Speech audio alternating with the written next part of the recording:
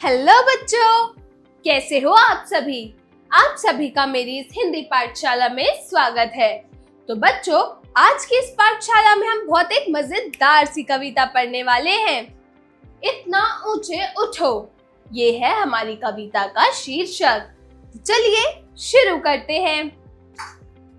अध्याय 1, इतना ऊंचे उठो।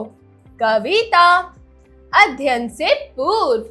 तो बच्चों, यहाँ पर आपको एक चित्र दिखाई दे रही होगी। इस चित्र में क्या हो रहा है? बच्चों, इस चित्र में 3 बच्चे एक दूसरे से कुछ सवाल पूछ रहे हैं। तो चलिए देखते हैं ये एक दूसरे से क्या बातचीत कर रहे हैं और क्या सवाल पूछ रहे हैं। तो चलिए शुरू करते हैं। तुम्हें पता है, हमारे देश में अनेक प्रकार की विभिन्नताएं देखने को मिलती हैं। तो दूसरा बच्चा जवाब देता है कि हाँ, मुझे मेरी टीचर ने कक्षा में बताया था कि भारत देश विभिन्नताओं में एकता वाला देश है। तो लड़की थोड़ी शॉक्ड हो जाती है, यानी अचंभित हो जाती है, और अपने आश्चर्यजनक एक्सप्रेशंस के साथ वो ये सवाल पूछती है कि मगर विभिन्नता में एकता, इसका उद्देश्य क्या हो सकता है? तो चलिए अब हम इस कविता का मूल तत्व देखते हैं। कविता का मूल तत्व: प्रत्येक मनुष्य को जाति, धर्म, वर्ग, लिंग इत्यादि के भेदभाव को छोड़कर केवल मानव कल्याण के लिए ही समर्पित रहना चाहिए। मतलब हर एक इंसान जो जाति, लिंग, रंग, रूप, धर्म, वर्ग इत्यादि चीजों को देखता है कि इसकी जाति ये है, ये हिंदू है, ये मुस्लिम है, ये पंजाबी है, या कोई उसका वर्ग देखता है, ये अमीर है, ये गरीब है, ये छोटा है, ये मोटा है, ये लड़की है, ये लड़का है, इत्यादि चीजों को देखता है। तो हमें किसी भी मनुष्य में ये चीजें नहीं देखनी चाहिए। हमें ये सारे भेदभाव को छोड़कर केवल मानव कल्याण, यानी आपकी सीरत, इंसानियत, मानव का कल्याण, इनके लिए ही समर्पित रहना चाहिए। हमेशा एक दूसरे के कल्याण यानी अच्छे के लिए सोचना चाहिए कि मैं सामने वाले की मदद कैसे कर सकता हूँ, मैं उसका कल्याण कैसे कर सकता हूँ। हमें हमेशा इसी चीज के लिए समर्पित रहना चाहिए, मतलब तैयार रहना चाहिए। तो चलिए अब हम इस कविता को पढ़ना शुरू करते हैं। चलिए मेरे साथ कविता पढ़ना शुरू कीजिए।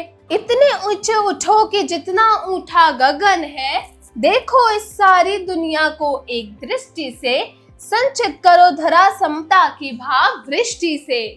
जाति भेदभाव की, धर्म वेश की, काले गोरे रंग द्वेष की ज्वालाओं से जलते जग में, इतने शीतल बहो कि जितना मलय पवन है, लो अतीत से उतना ही जितना पोषक है। जीर्ण शीर्ण का मोह मृत्यु का ही द्योतक है, तोड़ो बंधन रुके न चिंतन, गति जीवन का सत्य निरंतर, धारा के शाश्वत प्रभा में। तो बच्चों, इन पंक्तियों में ये बताया गया है कि आपको इतना ऊंचा उठना है कि जितना ऊंचा गगन यानी कि आसमान है। सारी दुनिया को एक ही दृष्टि से देखो, ना जाति भेद करो, ना धर्म वेश का, ना ही काले गोरे रंग का द्वेष करो। ज्वालाओं से ज्वलते जग में ऐसे बहो, यानी शीतल की यानी ठंडे के समान बहो, जितना ही मलय पवन है। अलो अतीत से उतना ही जितना पोषक है। मतलब अगर आपके अतीत में कुछ गलत भी हुआ है तो उस अतीत से बस इतना लो जितना आपके लिए जरूरी है। मतलब आप उस गलती से क्या सीखे हो, आपके अतीत में ऐसा क्या गलत हुआ जिससे आपने ये चीजें सीखी, सिर्फ वो सीख लो, ना कि उस चीज को लेके बैठे रहो। तो अपने अतीत से बस उतना ही लेना चाहिए जितना जरूरी है। सारे बंधन को तोड़ो, कभी भी अपना चिंतन मत रोको, गति जीवन का सत्य चिरंतन, धारा के शाश्वत प्रवाह में। हमेशा अपने जीवन की गति को एक सत्य की राह पर ही चलाओ, और जितनी धीमी गति से, ना ही ज्यादा तेज दौड़ो और ना ही ज्यादा धीरे। हमेशा अपने जीवन की गति को सत्य के राह पर ही चलाओ, कभी भी झूठ का रास्ता मत अपनाओ। इतने गति में बनो कि जितना परिवर्तन है, चाह रहे इस धरती को स्वर्ग बनाना। अगर कहीं हो स्वर्ग उस धरती पर लाना, सूरज चांद चांदनी तारे सब है प्रतिफल साथ हमारे। दो कुंभ को रूप सलोना, इतने सुंदर बनो कि जितना आकर्षण है। तो इतने गति में बनो कि जितना परिवर्तन है। चाह रहे हम इस धरती को स्वर्ग बनाना, मतलब इस धरती पे हम चाहते हैं कि सिर्फ सच्चाई हो, सिर्फ अच्छाई हो। हम इस धरती को स्वर्ग बनाना चाहते हैं। हमेशा अच्छाई अच्छाई हमारे आसपास हो। अगर कहीं पर स्वर्ग हो तो उसे इस धरती पर लेकर आना। चाहे सूरज है, चांद है, चांदनी है, तारे हैं, सब हमारे साथ हैं। और आपको इतना सुंदर बनना है कि जितना आकर्षण है, मतलब जितना एक आकर्षण के लिए जरूरी है, सिर्फ आपको उतना ही सुंदर बनना है। आकर्षण मतलब जितना आपको काम जरूरी है, मतलब अपने काम के आकर्षण के जितने सुंदर बनो, ताकि लोग आपसे आपके काम के जरिए आकर्षित हों। और पता है बच्चों, ये कविता किस कवि ने लिखी है? तो ये कविता द्वारिका प्रसाद माहेश्वरी जी के जरिए लिखी गई है। तो चलिए अब हम शब्दार्थ की ओर बढ़ते हैं। शब्दार्थ: शाश्वत मतलब हमेशा रहने वाला। पक्षपात मतलब भेदभाव। कुंभ मतलब घट या फिर मटका। द्वेष मतलब शत्रुता की भावना। अतीत मतलब बीता हुआ समय। द्योतक मतलब सूचक। उच्चारण करें। तो बच्चों, यहाँ पर आपको कुछ शब्द दिए गए हैं, आपको इन शब्दों का सही सही उच्चारण करना है। तो चलिए मेरे साथ इन शब्दों का उच्चारण करना शुरू कीजिए। तो पहला शब्द है प्रतिपल। प्रतिपल। आकर्षण। चिरंतन। गति में। प्रवाह। आकर्षण। भाव दृष्टि। तो बच्चों, ये थे कुछ शब्द जिनका आपको निरंतर उच्चारण करके जिनका अभ्यास करना है। और चलिए, जो कविता अभी हमने पढ़ी, अब हम उसका थोड़ा सा अभ्यास करेंगे, यानी कि अभ्यास कार्य शुरू करेंगे। तो चलिए मेरे साथ अभ्यास कार्य करना शुरू कीजिए। चलिए, अभ्यास कार्य जरा बोलिए। Speaking skills. प्रश्न 1, दिए गए प्रश्नों के उत्तर बताइए। तो बच्चों, यहाँ आपको कुछ प्रश्न दिए गए हैं, आपको इन प्रश्नों का सही सही उत्तर बताना है। तो चलिए मेरे साथ इन प्रश्नों के उत्तर बताइए। क, हवा के समान गति में बनने का क्या अर्थ है? तो बच्चों, हवा के समान गति में बनने का अर्थ है कि जैसे ही आपकी जिंदगी में जैसा परिवर्तन आता है, उसके अनुसार निरंतर अपने आप को उस परिस्थिति के अनुसार ढालना। जैसी परिस्थिति है उसका वैसे निवारण निकालना, उसके उसी समान चलना। तो उसे हम हवा के समान गति में बनना कहते हैं। ख, संसार में हम भेदभाव रहित कैसे रह सकते हैं? इसका जवाब वेरी गुड। तो संसार में हम भेदभाव रहित ऐसे रह सकते हैं जब हम किसी में जाति का, धर्म का, वर्ग का, रंग का, किसी भी तरह का भेदभाव ना करें। वैसे ही हम संसार में भेदभाव रहित रह सकते हैं। ग, प्रतिपल हमारे साथ कौन है? कौन है? Very good. सूरज, चांद, चांदनी, तारे, ये सारी ही चीजें हमारे साथ प्रतिपल हैं। घ, प्रस्तुत कविता के रचयिता का क्या नाम है? जो कविता आपने पढ़ी वो रचयिता, मतलब उसकी कविता किसने लिखी है? वेरी गुड, वो कविता लिखी है द्वारिका प्रसाद द्विवेदी। अगला है जरा लिखिए। Writing skills. प्रश्न 2, दिए गए प्रश्नों के उत्तर लिखिए। तो बच्चों, यहाँ पर आपको कुछ प्रश्न दिए गए हैं, आपको इन प्रश्नों का सही सही उत्तर लिखना है। तो चलिए इन प्रश्नों के उत्तर लिखिए। तो बताइए।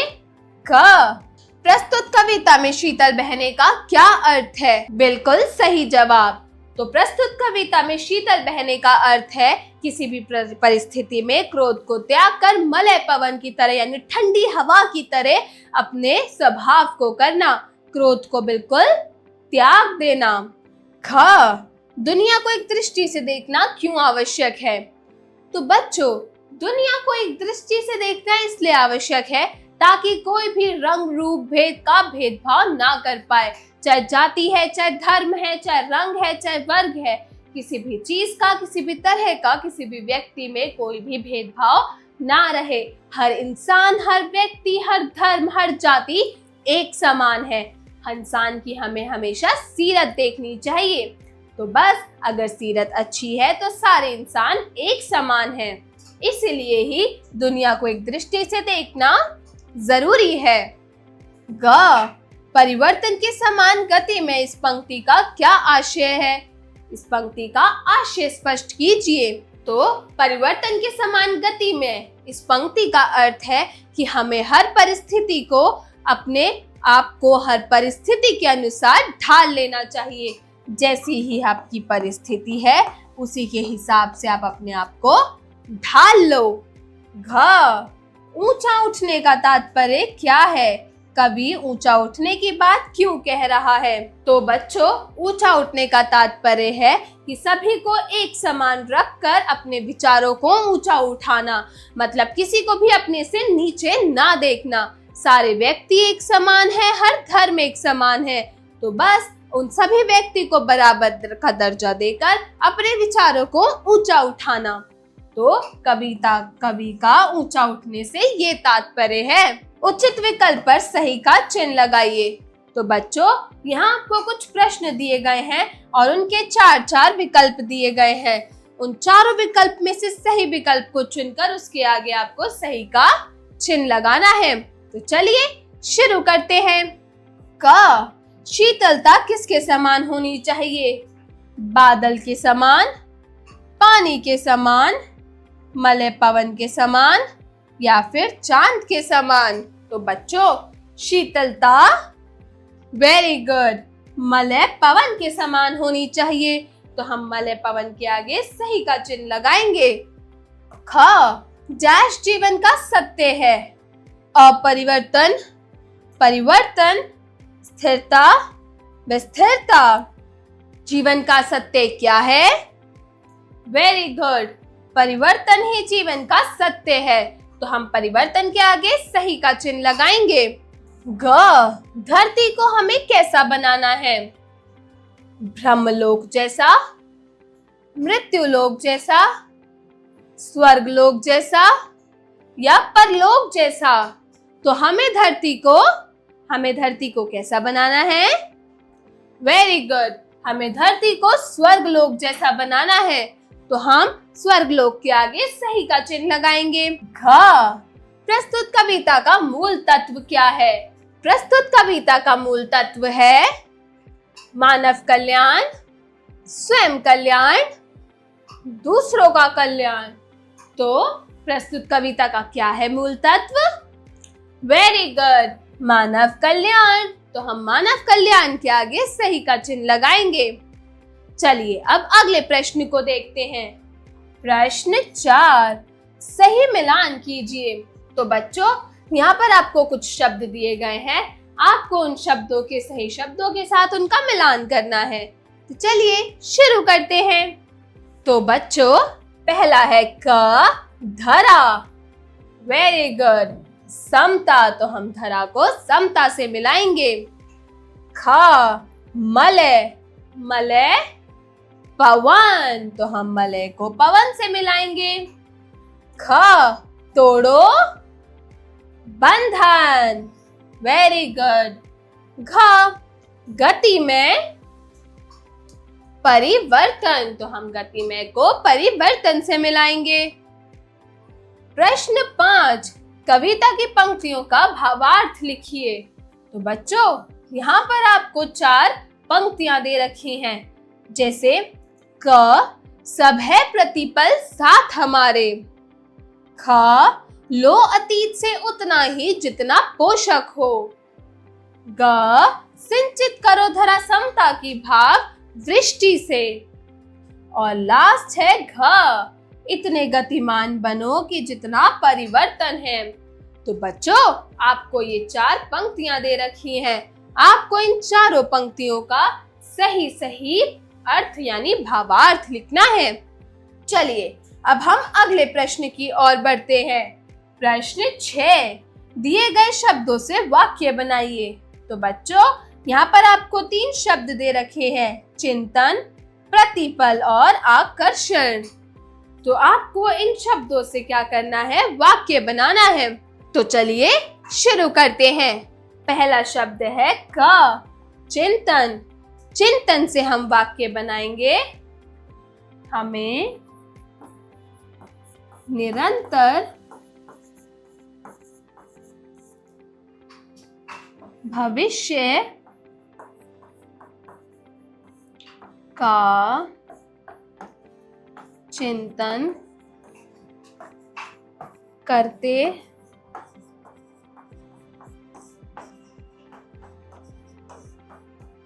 रहना चाहिए। अगला है प्रतिपल। प्रतिपल, इससे हम क्या वाक्य बनाएंगे, ईश्वर प्रतिपल हमारी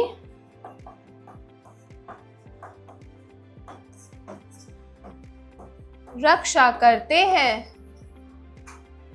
अगला है आकर्षण। अगला शब्द क्या है, आकर्षण। तो हमने बच्चों आकर्षण से वाक्य बनाया, भौतिक वस्तुएं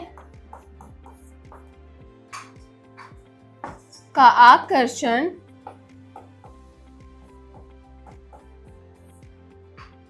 हमेशा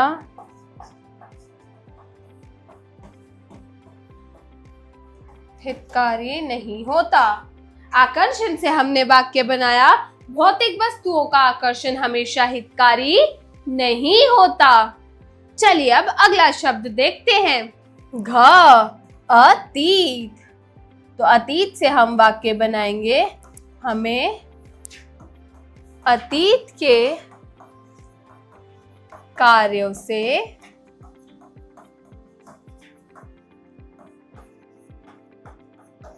सीख लेनी चाहिए। और अगला है ड, अगला है शाश्वत।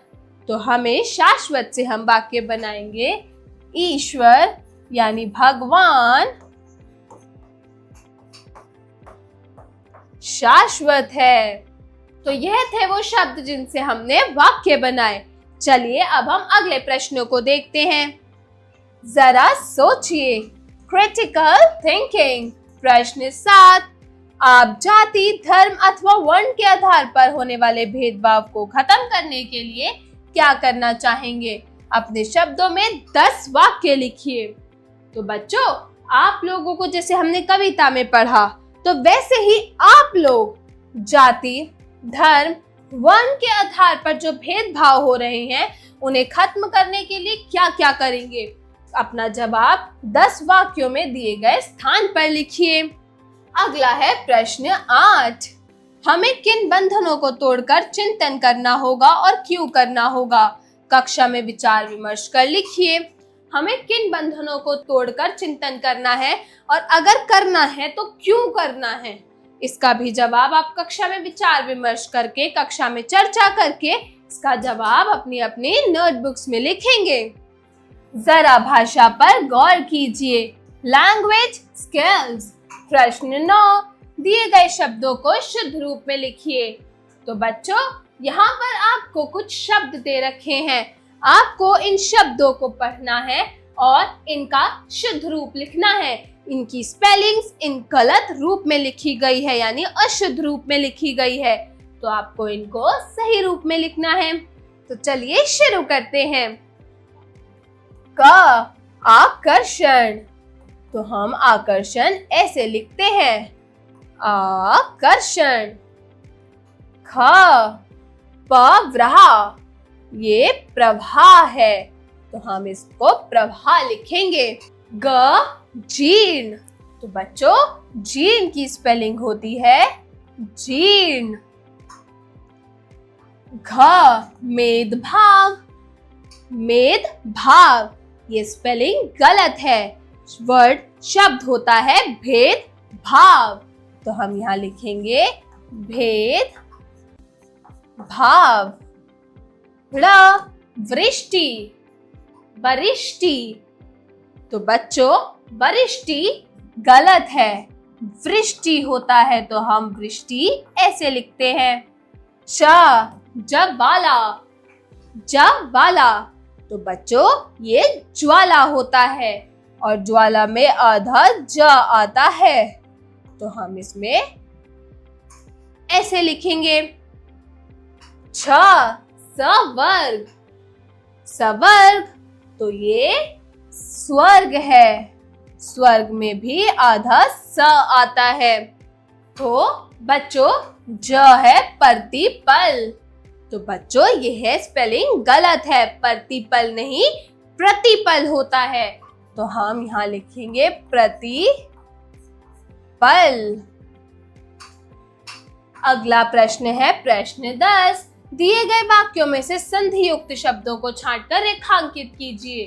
तो बच्चों यहाँ आपको कुछ वाक्य दे रखे हैं, जो वाक्य संधि युक्त, इन वाक्यों में जो शब्द संधि युक्त है, मतलब जिनकी संधि नहीं की जा सकती, उन शब्दों को छांटकर रेखांकित करना है। तो चलिए शुरू करते हैं। तो पहला वाक्य है क संविधान में नागरिक के कर्तव्यों को रेखांकित किया गया है। इसमें कौन सा शब्द संधि युक्त है? वेरी गुड, रेखांकित। ख हमारी परंपरा महिमामयी, उत्तराधिकारी विपुल और संस्कार उज्जवल है। तो इसमें कौन से शब्द संधि युक्त हैं? वेरी गुड, इसमें एक नहीं 3 शब्द हैं, परंपरा, संस्कार और उज्जवल। क मेरे पिताजी पराधीन भारत के निवासी थे। इस वाक्य में कौन सा शब्द संधि युक्त है? वेरी गुड, इस वाक्य में पराधीन शब्द संधि युक्त शब्द है। घ आइंस्टाइन की दृष्टि भविष्योन्मुखी थी। तो इसमें कौन सा शब्द संधि युक्त है? वेरी गुड, भविष्योन्मुखी। प्रश्न 11, दिए गए शब्दों के पर्यायवाची शब्द लिखिए। तो यहाँ पर बच्चों आपको कुछ शब्द दिए गए हैं, आपको इन शब्दों के पर्यायवाची शब्द लिखने हैं।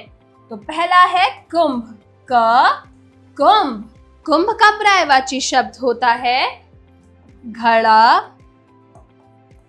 घट और कलश।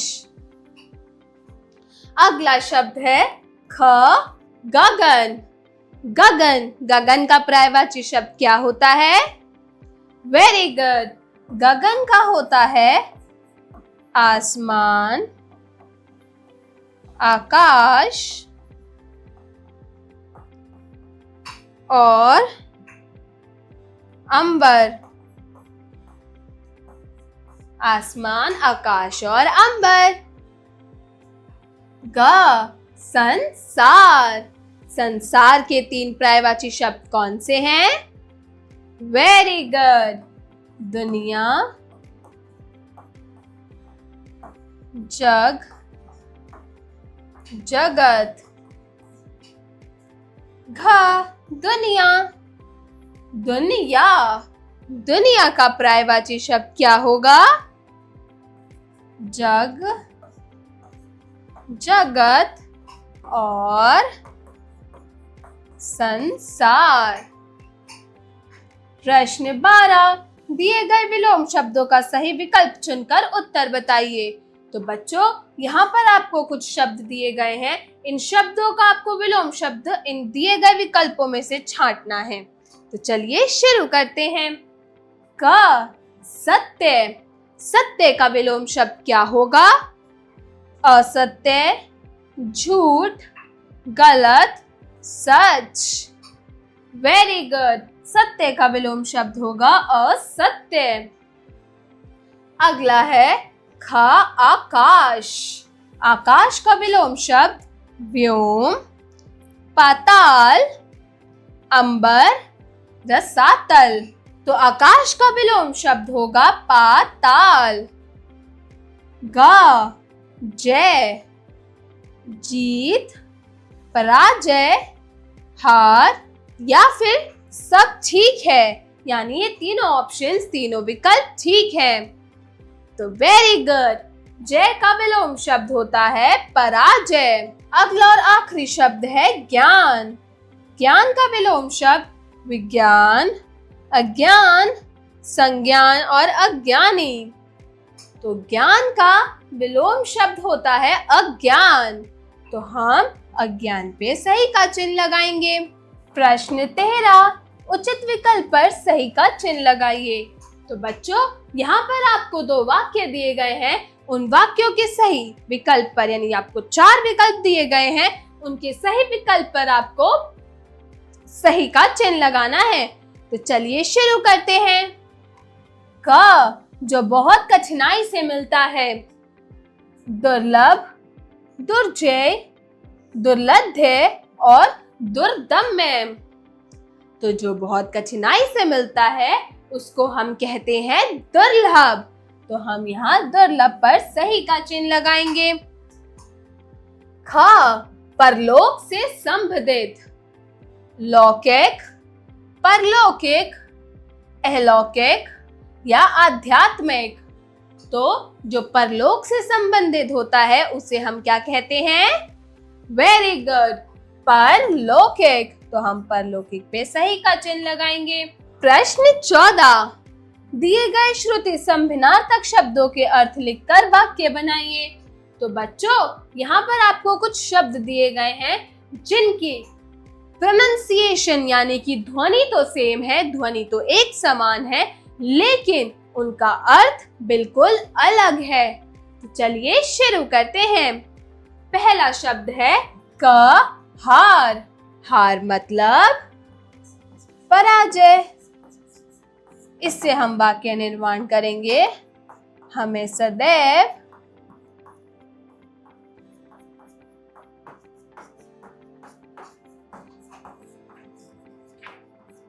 हार से सीखना चाहिए। अगला है हार, मतलब फूलों की माला।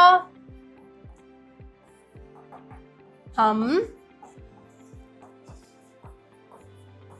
ईश्वर को हार चढ़ाते हैं। अगला शब्द है ख, मेघ। मेघ मतलब बादल। बादल से हम वाक्य बनाएंगे। आसमान में घने मेघ छाए हैं। अगला शब्द है मेधा। मेधा का अर्थ होता है गुण। किसी भी प्रकार का गुण, चाहे अच्छा है चाहे बुरा है, किसी भी प्रकार का गुण मेधा कहलाता है। तो हमने मेधा से वाक्य बनाया। वह बहुत ही असाधारण